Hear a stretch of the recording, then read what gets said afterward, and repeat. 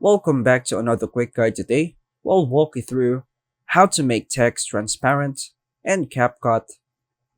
First things first, launch the CapCut app and open an existing project or create a new one. Add text. Tap on text at the bottom menu and choose Add Text. Type your desired text and adjust its position on the video. Customize text. After adding the text, tap on it to open the editing options.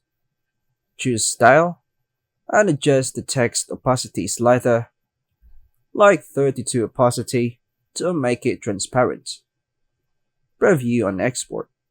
Preview your video by tapping the play button to ensure the text transparency looks as intended. Then hit the check mark. Once satisfied, tap export to save your video.